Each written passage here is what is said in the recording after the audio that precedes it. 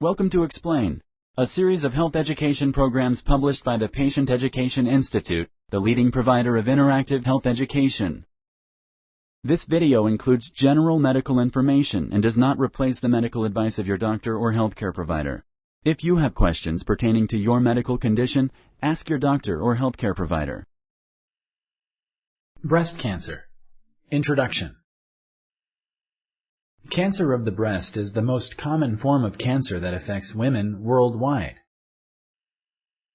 This program will help you understand the diagnosis and treatment of breast cancer.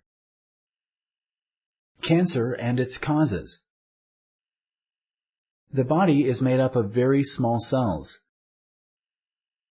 Normal cells in the body grow and die in a controlled way.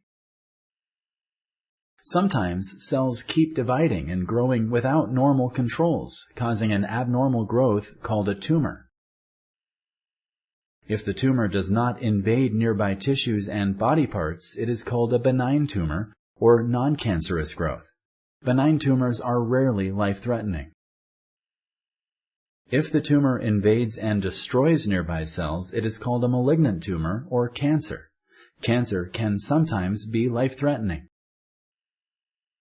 Cancerous cells may also spread to different parts of the body through blood vessels and lymph channels. Lymph is a nearly clear fluid produced by the body that drains waste from cells. It travels through special vessels and bean-shaped structures called lymph nodes. Cancer treatments are used to kill or control abnormally growing cancerous cells. Cancers in the body are given names depending on where the cancer started. Cancer that begins in the breasts will always be called breast cancer, even if it has spread to another place such as the liver, bones, or brain. Although healthcare providers can locate where the cancer started, the cause of cancer in a patient cannot usually be identified. Cells contain hereditary or genetic material called chromosomes. This genetic material controls the growth of the cell. Cancer always arises from changes that happen in this genetic material. When the genetic material in a cell becomes abnormal, it can lose its ability to control its growth. These sudden changes in the genetic material can happen for a variety of reasons. These changes may be inherited from parents. Changes in the genetic material may also happen because of exposure to infections, drugs, tobacco, chemicals, or other factors. Breast anatomy. The breasts contain fatty tissue and glands. The glands are responsible for making milk after a pregnancy. They respond to many of the female hormones such as estrogen and progesterone. The milk is then secreted to the outside through special ducts that open up in the nipple. The lymphatic system normally drains excess breast fluid into the lymph nodes in the axilla or armpit. From there, it goes back into the bloodstream. The breasts lie over important muscles that allow the movement of the arm as well as muscles involved in breathing. Breast cancer. Breast cancer may originate from either the glands or the ducts of the breast. If cancer originates from the glands, it is called lobular carcinoma. The lobules are the special milk-producing glands.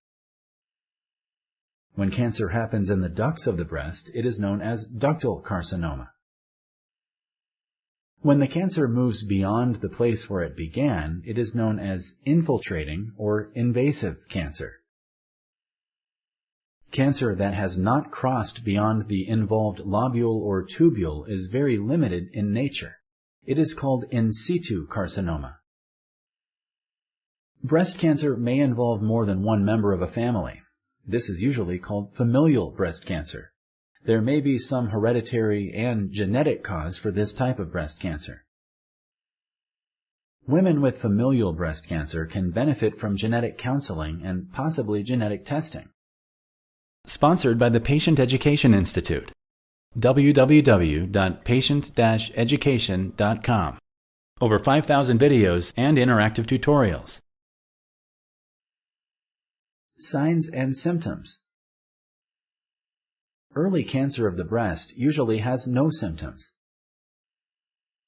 Later, as the cancer grows, it may cause a lump that can be felt in the breast. Sometimes the skin overlying the tumor becomes coarse and wrinkled. This is known as peau d'orange in French, or orange skin. Discharge from the nipple can also be a sign of breast cancer. Most breast cancer cases are discovered either by a mammogram or clinical breast exam. These are times when your healthcare provider checks your breast. Pain in the breasts is extremely uncommon, if ever, as a symptom of breast cancer. Biopsy. A biopsy is the removal of tissue to look for cancer cells. A biopsy is the only way to tell for sure if cancer is present. Your healthcare provider may refer you to a surgeon or breast disease specialist for a biopsy, and they will remove tissue or fluid from your breast in one of several ways. Fine needle aspiration biopsy. Your doctor uses a thin needle to remove cells or fluid from a breast lump. Core biopsy. Your healthcare provider uses a wide needle to remove a sample of breast tissue. Skin biopsy. If there are skin changes on your breast, your healthcare provider may take a small sample of skin. Surgical biopsy. Your surgeon removes a sample of tissue. An incisional biopsy takes a part of the lump or abnormal area. An excisional biopsy takes the entire lump or abnormal area. A pathologist will check the tissue or fluid removed from your breast for cancer cells. Diagnosis. When breast cancer has been detected, an operation to take the tumor out and to diagnose the cancer usually follows. During such an operation, the surgeon may check the lymph nodes in the axilla for the presence of cancer. A healthcare provider looks at the tissue taken out at the time of surgery and determines whether or not the tumor is cancerous. If the lump is cancerous, other, more specialized tests may be done on the tissue. Your surgeon and oncologist may ask you to have more radiological tests. Some of the tests can determine how much faster the cancer cells are multiplying than normal breast cells. Other tests will determine whether the cancer cells are under the influence of normal female hormones, such as estrogen and progesterone. This is known as the estrogen-progesterone receptor test. HER2-NEU test. HER2-NEU protein is found on some types of cancer cells. This test shows whether the tissues either have too much HER2-NEU protein or too many copies of its gene. If the breast tumor has too much HER2-NEU, then targeted therapy may be a treatment option. It may take several weeks to get the results of these tests. Radiological tests may include a bone scan and different CT scans to check whether the cancer has spread outside the breast and the axilla area. Multi-gene tests look at a number of different genes to help predict whether your cancer is likely to spread or come back after treatment. Staging. A stage is an indication of how widespread the cancer is. Staging involves a surgical procedure to determine the type of cancer and whether it has spread to the lymph nodes. Other factors, such as hormone receptors, are also taken into account. Treatment can be recommended based on the stage of the cancer. Stages are usually described using the numbers 0 through 4. A lower number indicates an earlier stage of cancer. Some stages may be divided into substages. These substages are given a letter designation. For example, there is a stage 3A and a stage 3B. A stage 3B is more advanced than a stage 3A. Stage 0 usually means the abnormal cells have not spread within or outside of the breast. Ductal carcinoma in situ, or DCIS, is one example. Stages 1 through 3 describe invasive cancer that has spread within the breast or to nearby lymph nodes. Stage 4 cancer has spread to other organs such as the lungs. Stage 4 cancer is often called metastatic breast cancer. Surgery. Most breast cancers are taken out surgically. The extent of the operation depends on the size of the tumor and whether or not the lymph nodes in the axilla or armpit are involved. Breast cancer operations have two main goals. The first is to take the whole tumor out without leaving any tumor behind in the breast area. The second goal is to check the lymph nodes of the axilla to make sure the tumor has not spread to them.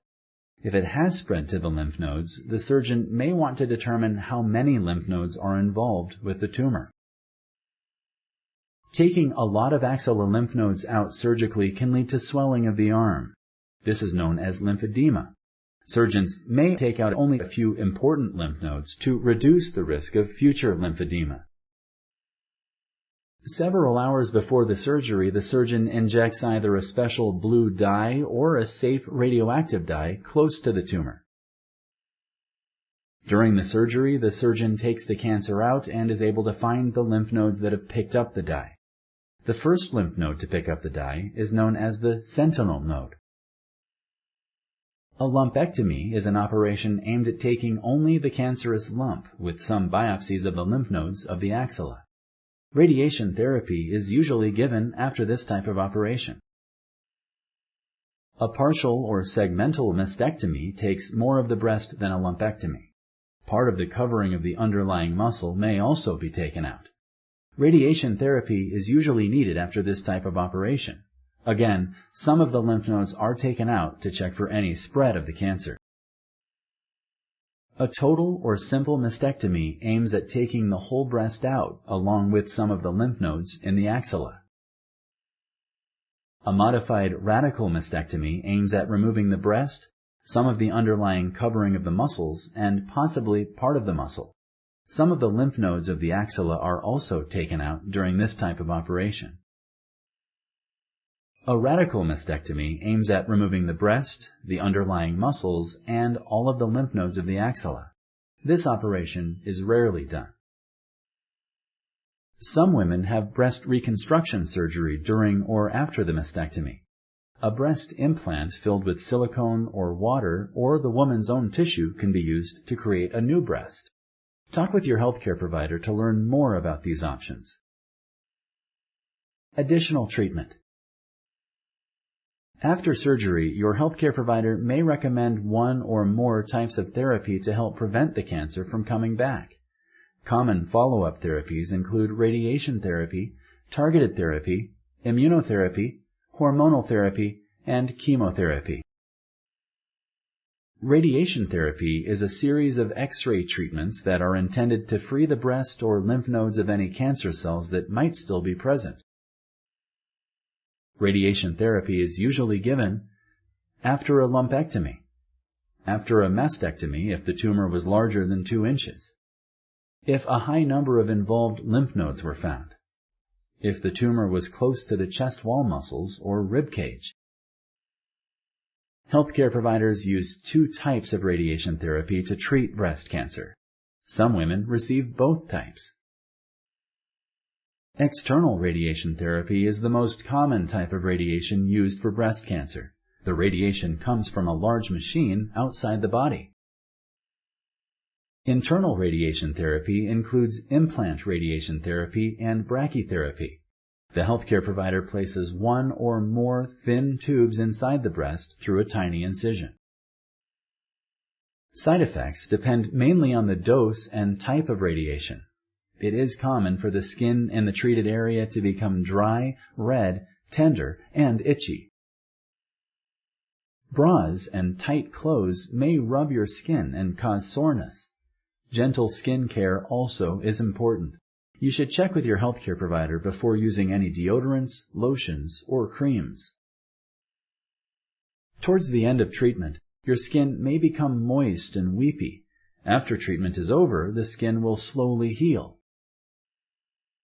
You're likely to become very tired during radiation therapy, especially in the later weeks of treatment. You may wish to discuss the possible long-term effects to your lungs or heart with your healthcare provider. Some women with breast cancer may receive drugs that block the growth of cancer cells. This is called targeted therapy. Targeted therapy may block the action of an abnormal protein, such as HER2, that stimulates the growth of breast cancer cells. Immunotherapy or biological therapy is another type of cancer treatment. Immunotherapy fights cancer by boosting your body's immune system. It may help your body kill cancer cells, slow down their growth, or prevent them from spreading. Like any cancer treatment, immunotherapy can have risks and side effects. Immunotherapy may not be right for all cancer patients.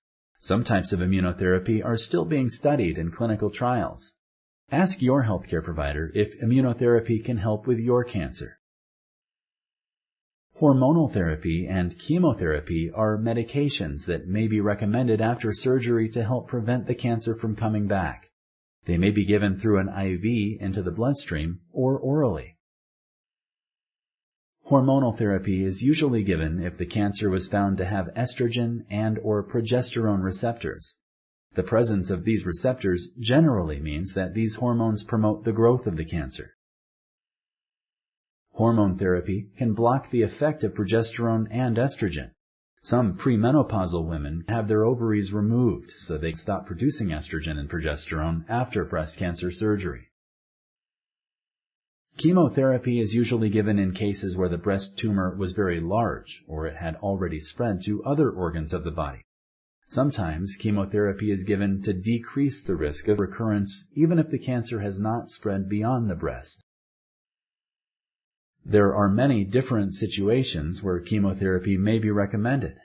Your oncologist can discuss the possibilities with you and what he or she thinks is the most appropriate option for you. Clinical trials are another means of treatment that are usually available. They are a way to test new treatment options. These trials are usually thought to be at least as effective as the best available treatment. They may be a combination of all of the above-mentioned treatments. After the diagnosis. After the diagnosis of breast cancer, it is normal for most patients to worry about the prospects and effects of treatment options such as surgery and chemotherapy. Fortunately, there are several options available to help patients look and feel their best. Plastic surgery and prosthesis are available to make the change in the patient's appearance as unnoticeable as possible. In some cases, chemotherapy can lead to temporary loss of hair. Excellent wigs are available. Choosing one that matches your hair and hairstyle ahead of time is a great idea. There are very helpful networks of patient support groups with people who have all experienced similar procedures. Breast cancer survivors in support groups and patient networks are glad to share their experiences and support. It is often a positive step toward recovery to join a support group and meet people who can understand your feelings. If you like this video, please like and share. For similar videos, subscribe to our channel. Summary. Cancer of the breast is the most common form of cancer that affects women worldwide. Early cancer of the breast usually has no symptoms. Later, as the cancer grows, it may cause a lump that can be felt in the breast. Most breast cancer cases are discovered either by a mammogram or clinical breast exam. Most breast cancers are taken out surgically. The extent of the operation depends on the size of the tumor and whether or not the lymph nodes in the axilla or armpit are involved. After surgery, your healthcare provider may recommend one or more types of therapy to help prevent the cancer from coming back. Common follow-up therapies include radiation therapy, targeted therapy, immunotherapy, hormonal therapy, and chemotherapy. There are very helpful networks of patient support groups with people who have all experienced similar procedures. Breast cancer survivors in support groups and patient networks are glad to share their experiences and support. It is often a positive step toward recovery to join a support group and meet people who can understand your feelings. Thank you for using Explain.